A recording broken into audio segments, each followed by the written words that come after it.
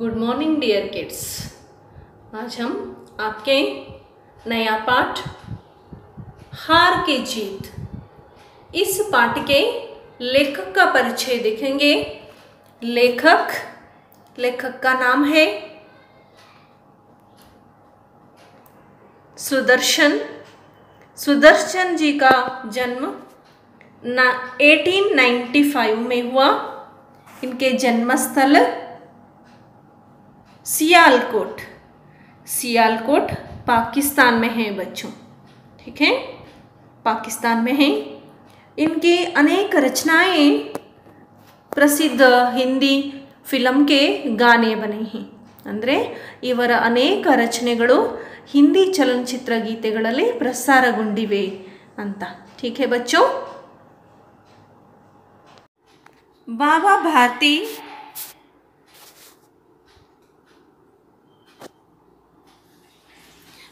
भारती गांव के एक बाहर छोटे से मंदिर में रहते थे।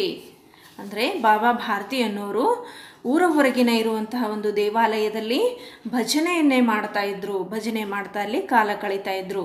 और उनके एकमात्र संपत्ति उनका घोड़ा बादल था। ನೋಡ್ರಿ, ಕುದುರೆ ಹೆಸರು ಏನಾಗಿತ್ತು? ಘೋಡಾ ಅಂದ್ರೆ ಏನು ಮಕ್ಕಳೇ? ಕುದುರೆ। ಕುದುರೆ ಹೆಸರೇನು? ಬಾದಲ್ ಅಂತ ಹೇಳಿ ಇಟ್ಟಿದ್ರು।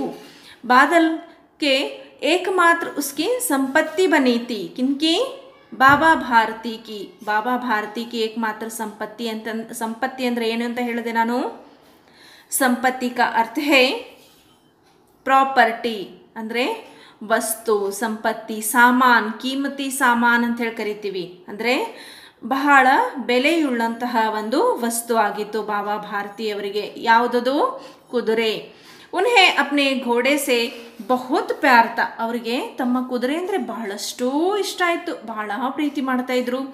वे खुद उसे दाना खिलाते, मॉलिश करते, नहलाते और देख कर प्रसन्न होते।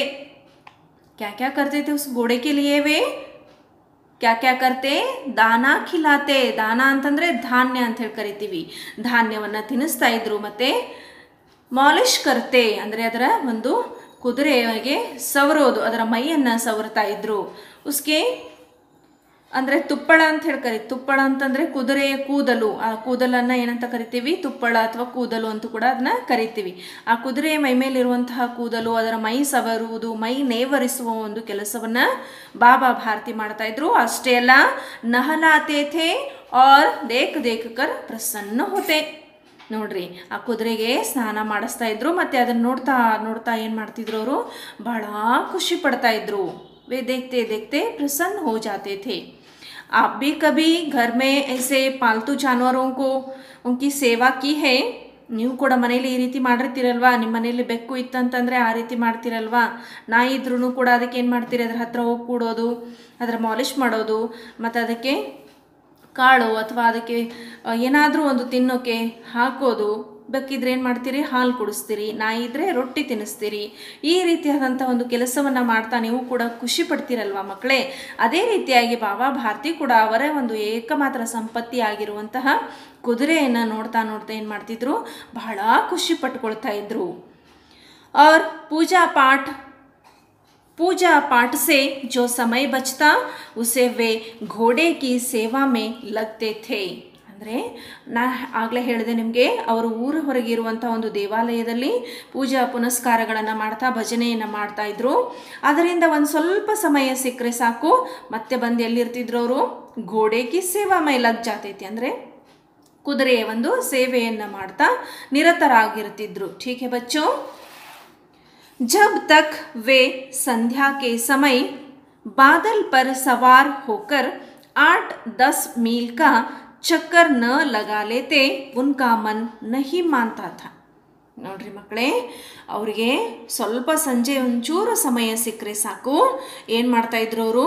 ಆ ಕುದುರೆಯ ಮೇಲೆ ಬಾದಲ್ ಪರ್ ಸವಾರ್ ಹೋಕರ್, ಕುದುರೆಯ ಮೇಲೆ ಒಂದು ಏರಿ ಕುಳಿತುಕೊಂಡು ಒಂದು 2-3 ರೌಂಡು ಹೊಡೆದು ಬರ್ತಾ ಇದ್ರು। ಎಷ್ಟು ಮೀಲ್ ಹೋಗ್ತಿತ್ತದು? 8-10 ಮೀಲ್ ಅಂದರೆ 7-8 ಮೀಟರ್ ಅಂದರೆ ಕಿಲೋಮೀಟರ್ ಗಟ್ಟಲೆ ಅವರು ಚಲಿಸ್ತಾ ಇದ್ರು। ಚಕ್ಕರ್ ಲಗಾತೆ ಥೇ, ಉನ್ಕಾ ಮನ್ नहीं मानता था ನೋಡ್ರಿ ಅವ್ರಿಗೆ ಹೋಗಲಿಲ್ಲ ಅಂದರೆ ಸಮಾಧಾನನೇ ಆಗ್ತಿರಲಿಲ್ಲ घोड़े के ऊपर सवार करते थे कम से कम 8-10 मील दूर तक। ठीक है बच्चों, देखो इस चित्र में बाबा भारती आपको नजर आ रहे हैं। ये बाबा भारती हैं, देखिए यहाँ पर घोड़ा है, घोड़े का नाम क्या है याद करो, बादल। बादल घोड़े का नाम है। और वे जो गांव के दूर रहने वाले एक छोटे से गांव से बाहर रहने वाले एक छोटे से मंदिर में रहते थे, उस मंदिर का चित्र भी यहाँ पर आपको दिखाई दे रहा है। देखो बाबा भारती जिस मंदिर में सेवा करते थे, भजन करते थे, उस मंदिर का चित्र यहाँ पर आपको दिखाया गया है। यह मंदिर का चित्र है, ये बाबा भारती हैं, ये घोड़े बादल का चित्र है, घोड़े का नाम बादल है ना। खड़क सिंह उस इलाके का प्रसिद्ध डाकू था। देखो बच्चों, ಖಡಕ್ ಸಿಂಹ ಡಾಕು ಅಲ್ಲಿ ವಾಸ ಆಗಿದ್ದ ಆ ಒಂದು ಇಲಾಖೆ, ಆ ಒಂದು ಏರಿಯಾ ಅಂತ ಹೇಳಿ ಕರಿತೀವಿ। ಇಲಾಖಾ ಇಸ್ಕ ಅರ್ಥ ಕ್ಯಾ ಹೇ, ಆ ಒಂದು ಏರಿಯಾ, ಪ್ರದೇಶ ಅಂತ ಹೇಳಿ ಕರಿತೀವಿ। ಆ ಒಂದು ಪ್ರದೇಶದಲ್ಲಿ ಇರುವಂತಹ ಪ್ರಸಿದ್ಧವಾದಂತಹ ಡಾಕು ಯಾರು, ಖಡಕ್ ಸಿಂಹ ಅಂತ ಹೇಳಿ ಕರಿತೀವಿ। ಲೋಗ್ ಉಸ್ಕಾ ನಾಮ್ ಸುನ್ಕರ್ ಕಾಂಪ್ತೆ ಥೆ, ಜನರು ಏನು ಮಾಡ್ತಾ ಇದ್ರು, ಅವನ ಹೆಸರು ಕೇಳಿ ನಡುಗ್ತಾ ಇದ್ರು। ಕಾಂಪನ ನಡುಗುವುದು, ಬಹಳ ನಡುಗ್ತಾ ಇದ್ರು ಅವನ ಹೆಸರು ಕೇಳಿದ್ರೆ। ಧೀರೆ ಧೀರೆ ಬಾದಲ್ ಕಿ ಕೀರ್ತಿ ಉಸ್ಕೆ ಕಾನೋ ತಕ್ ಭಿ ಪಹುಂಚಿ, ಅಂದರೆ ಏನಾಗಿತ್ತು, ಕುದುರೆ ಒಂದು ಕೀರ್ತಿ, ಕುದುರೆ ಬಹಳಷ್ಟು ಚೆನ್ನಾಗಿತ್ತು ನೋಡ್ರಿ, ಅಲ್ಲೇ ಚಿತ್ರದಲ್ಲಿ ನಿಮಗೆ ಕಾಣಿಸ್ತಾ ಇದೆ ಅಲ್ವಾ, ಎಷ್ಟು ಚೆನ್ನಾಗಿದೆ ಕುದುರೆ, ಅಷ್ಟು ಚೆನ್ನಾಗಿ ಅದನ್ನು ಯಾರು ಇಟ್ಟಿದ್ರು, ಬಾಬಾ ಭಾರತಿ ಅದನ್ನು ರೆಡಿ ಮಾಡಿದ್ರು। ಮತ್ತು ಅದು ಬಹಳಷ್ಟು ಕೆಲಸ ಕೊಡ್ತಾಯಿತ್ತು, ಅಂದರೆ ಬಹಳ ದೂರದವರೆಗೂ ಹೋದರೂ ಕೂಡ ಅದಕ್ಕೆ ಆಯಾಸ ಆಗ್ತಿರಲಿಲ್ಲ। 8-10 मील तक वह चलने को भी तैयार था, यानी चक्कर लगाते थे बाबा भारती उस पर बैठकर। उतनी दूर तक चलने पर भी थोड़ी सी उसे क्या है, थोड़ी सी उसे थोड़ी सी थकान नहीं होती थी उस घोड़े को। इसलिए जो घोड़े की कीर्ति है, कीर्ति उसके कानों तक पहुंची। किसके कानों तक, खड़क सिंह के कानों तक पहुंच गई। उसका मन उस घोड़े को देखने के लिए अधीर हो गया। देखो अधीर होना इसका अर्थ क्या है, ಅಧೀರ್ ಅಂತಂದರೆ ಬೇಚೇನ್ ಅಂತ ಹೇಳಿ ಕರಿತೀವಿ। ಆ ಕುದುರೆ ಹೇಗಿದೆ ಅದನ್ನು ನೋಡಬೇಕಲ್ಲ ನಾನು ಅಂಥೇಳಿ ಅವನ ಮನಸ್ಸಿಗೆ ಏನಾಗ್ತಾ ಇತ್ತು, ಒಂದು ರೀತಿ ಆತಂಕ ಉಂಟಾಗ್ತಾ ಇತ್ತು, ನೋಡಬೇಕು ಅಂಥೇಳಿ। एक दिन खड़क सिंह बाबा भारती के पास पहुंचा और नमस्कार करके उनके सामने बैठ गया। ಒಂದ್ಸತಿ ಏನು ಮಾಡ್ದವನು, ನೋಡಲೇಬೇಕು, ಕುದುರೆನ ನೋಡಲೇಬೇಕು ಅನ್ನೋ ಒಂದು ಆಸೆಯಿಂದ, ಉತ್ಸುಕತೆಯಿಂದ ಎಲ್ಲಿ ಹೋದ ಮಕ್ಕಳೇ, ಬಾಬಾ ಭಾರತಿಯವ್ರ ಹತ್ರ ಹೋಗ್ಬಿಟ್ಟಲ್ಲಿ ಏನು ಮಾಡ್ತಾನೆ, ಖಡಕ್ ಸಿಂಹ ಜಾಕರ್ ಉಸ್ಕೆ ಪಾಸ್ बैठकर उसको ನಮಸ್ಕಾರ करने लगा। ನೋಡ್ರಿ, ಅವ್ರ ಹತ್ರ ಕುಳಿತುಕೊಂಡು ಏನು ಮಾಡಿದ, ಅವರಿಗೆ ಕೈಗಳನ್ನು ಜೋಡಿಸಿ ನಮಸ್ಕರಿಸಿದ। उसके सामने ही बैठ गया और बाबा भारती ने पूछा, ಖಡಕ್ ಸಿಂಹ क्या बात है। ನೋಡ್ರಿ ಹೇಳಿದ್ರು ಅವರು, ಏನು ಖಡಕ್ ಸಿಂಹ ಏನಿದು, ಏಕೆ ಹೀಗೆ ಕುಳಿತಿದ್ಯಾ ಅಂತ ಕೇಳಿದರು। ಖಡಕ್ ಸಿಂಹನೇ ಸಿರ್ ಝುಕಾಕರ್ ಉತ್ತರ ದಿಯಾ, ಆಪ್ಕಿ ದಯಾ ಹೇ, ಹೋ ಎಲ್ಲ ನಿಮ್ಮದೇ ಅಂತ ಹೇಳ್ದ, ನಿಮ್ಮ ದಯ ಆಗಬೇಕು, ನಿಮ್ಮ ಒಂದು ಕರುಣೆ ನನ್ನ ಮೇಲೆ ಬೀಳಬೇಕು ಅಂತ ಹೇಳ್ದ।